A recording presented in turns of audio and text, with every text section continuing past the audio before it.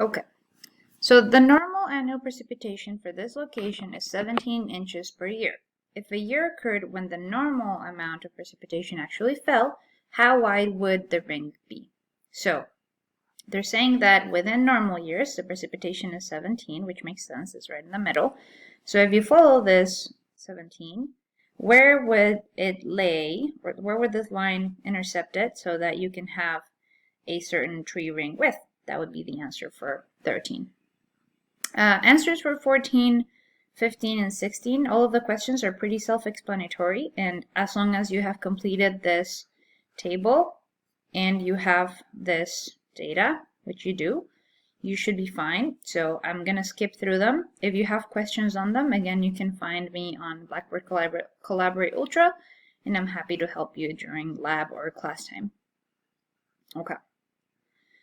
So part 3, proxy climate records in ice cores. So in this section, we will look at some of the areas on Earth where scientists are drilling deep into the ice caps to obtain important climate information from ice cores. This important climate information includes atmospheric concentrations of gases such as carbon dioxide and methane that affect our global climate. These gases are generally measured in parts per million or parts per billion.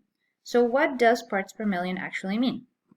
Just as percent means out of 100, so parts per million means out of a million, which makes sense. So 1 part per million is equivalent to 1 milligram of something per liter of water. So 1 milligram per 1 liter.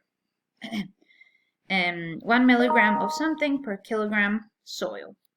For this lab, you can assume that parts per million is the same as parts per million by volume. By measuring gases trapped in ice bubbles for long periods of time, we can understand how industrialization has affected carbon dioxide and other critical greenhouse gases. So use the image below, this image right here, and the following link to answer the following questions. So I'll let you click on it on your own later. But using this image and the link, you'll be able to answer these. These are all very straightforward.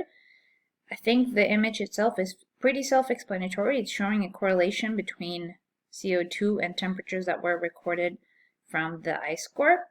So again, they use the temperatures as a proxy data using the oxygen 18 to oxygen 16 ratio. And so that's why they are able to determine that with greater CO2, there's greater temperatures. With lower CO2 amounts, there's also lower temperatures.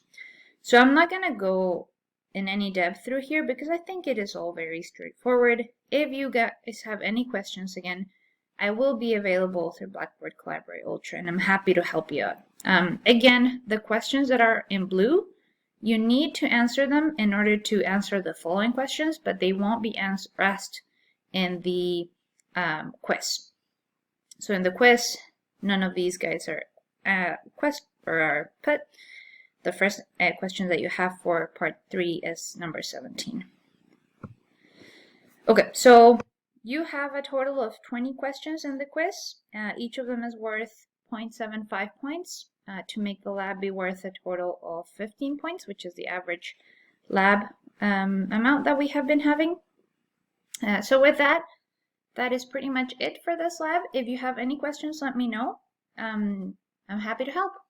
And this is the last lab. Yay! Alright guys, it's nice to talk to you. Have a good week.